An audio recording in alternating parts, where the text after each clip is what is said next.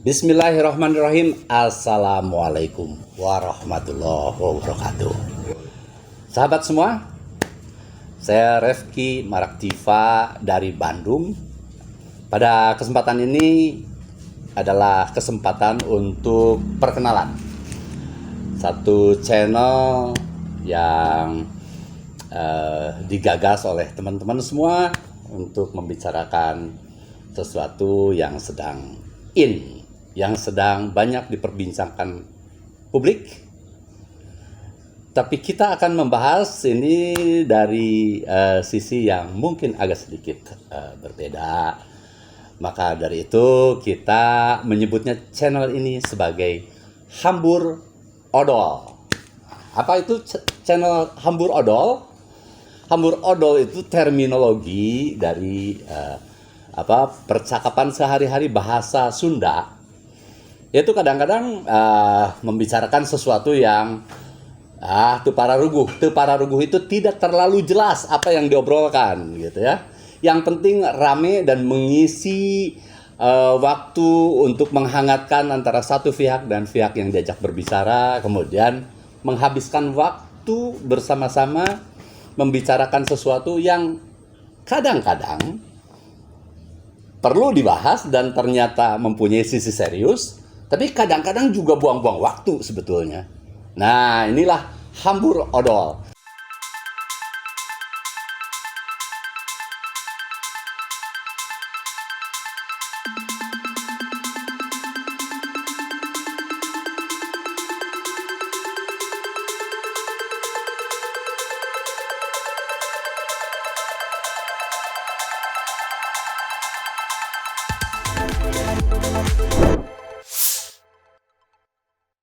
Sahabat semua, kita mulai apa ya obrolannya sekarang? Kira-kira nih, Bah, apa Bah? Yang rame, yang lagi rame. Apa nah kira-kira? Masalah di masyarakat. Ya, Minyak langka. minyak langka sama apa kira-kira Kang Ruli? Kedelai. Kedelai ya? Kedelai juga Oh, langka. Keadilan juga langka. keadilan mah bukan langka. Kadang-kadang mah kita tidak punya gitu ya, tapi oke lah kita sambil santai ya, tidak perlu terlalu merengut ya untuk ngobrolin masalah kelangkaan minyak goreng dan kelangkaan kedelai yang berimbas pada terutama nih di masyarakat itu, para pedagang ya tahu dan tempe.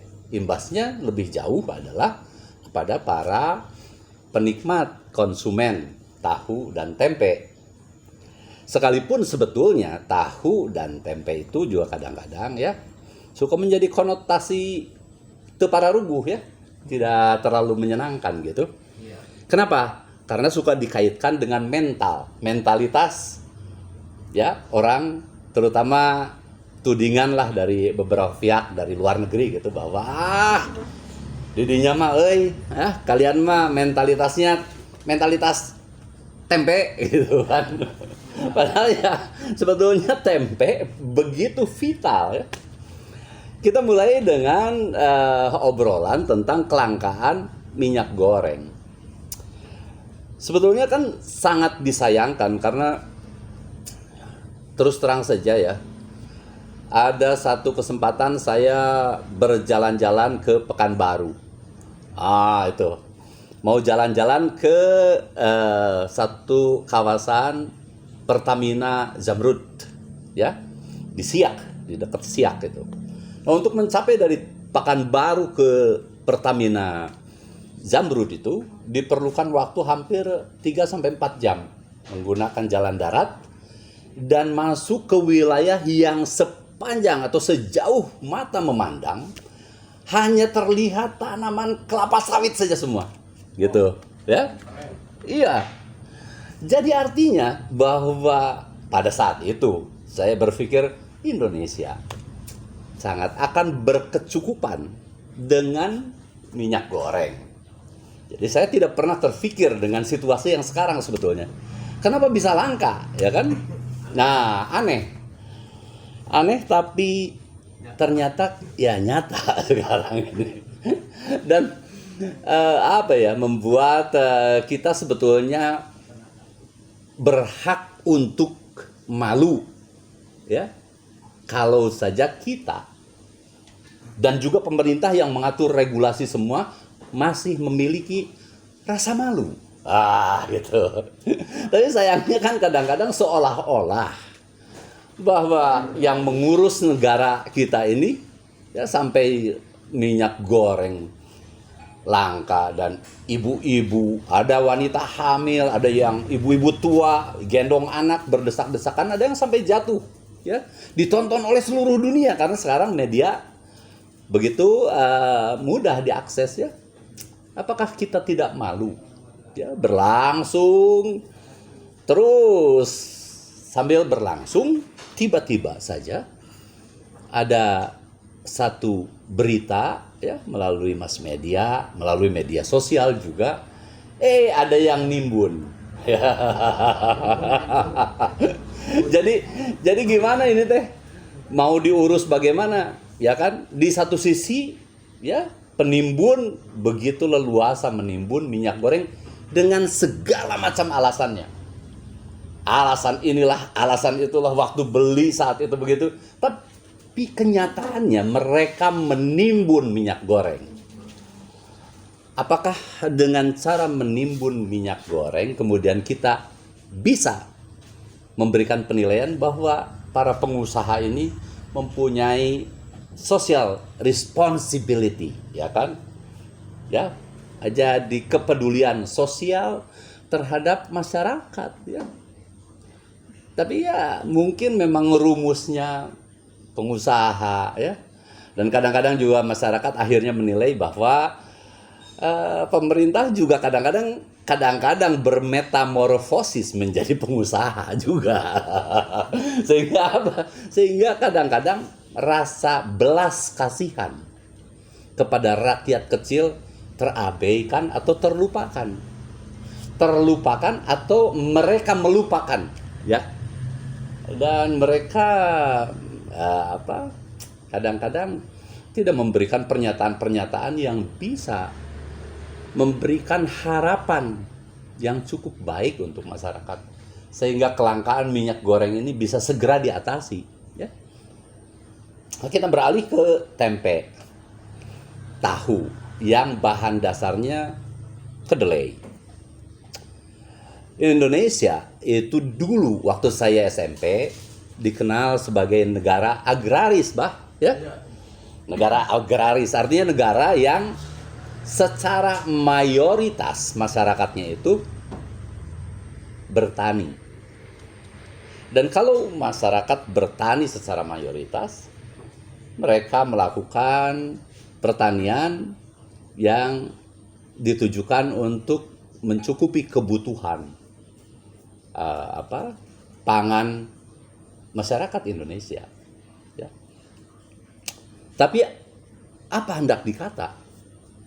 Sekarang kita lagi-lagi dihadapkan pada kenyataan bahwa regulasi terhadap penyediaan kecukupan kedelai terabaikan.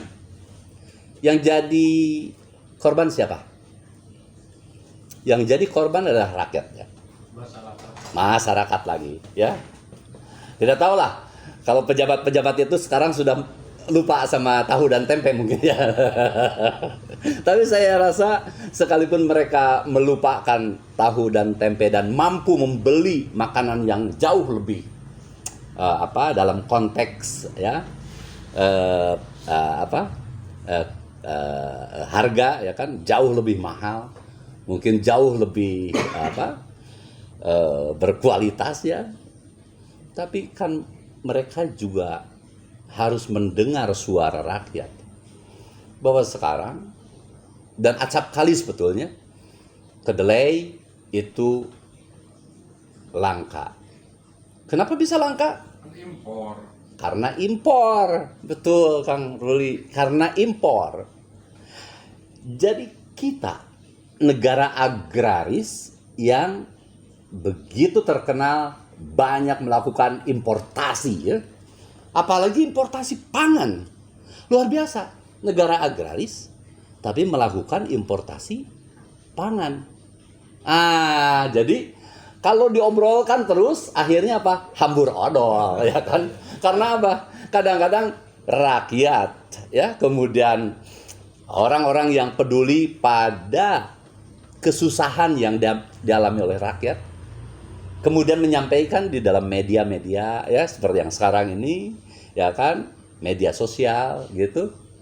Kemudian terdengar oleh para penentu kebijakan, tapi mereka kadang-kadang lambat atau bahkan yang paling parah tidak menggubris dan berpihak kepada para pengusaha yang notabene selalu memikirkan keuntungan untuk mereka sendiri, untuk memperkaya usahanya sendiri.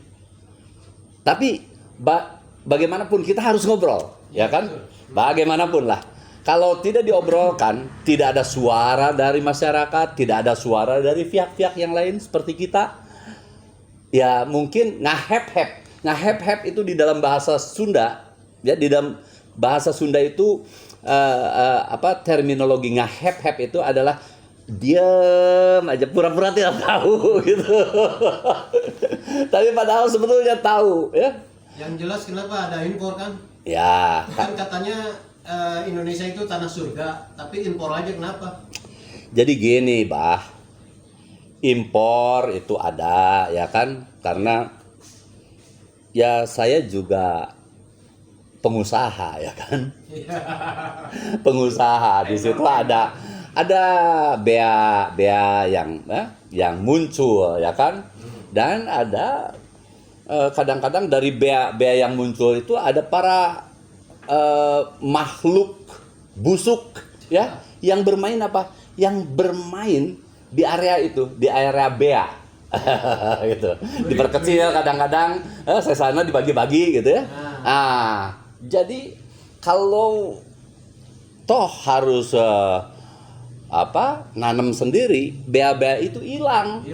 Nggak ada, ya. Kalau hilang kadang-kadang mereka juga mungkin karena kebiasaan yang terus-menerus dilakukan ya untuk bagi-bagi urusan-urusan yang busuk itu, akhirnya apa? Akhirnya import jauh lebih menguntungkan beberapa pihak, ya. Berarti cuan ya, Pak. Ya, di dalam bahasa perdagangan mah cuan lebih gede, ya kan? Nah, jadi apa sebetulnya poinnya? Poinnya adalah karena para regulator negara ini, ya, sedikit demi sedikit terasa atau terkesan oleh rakyat kehilangan kasih sayang kepada rakyatnya. Begitulah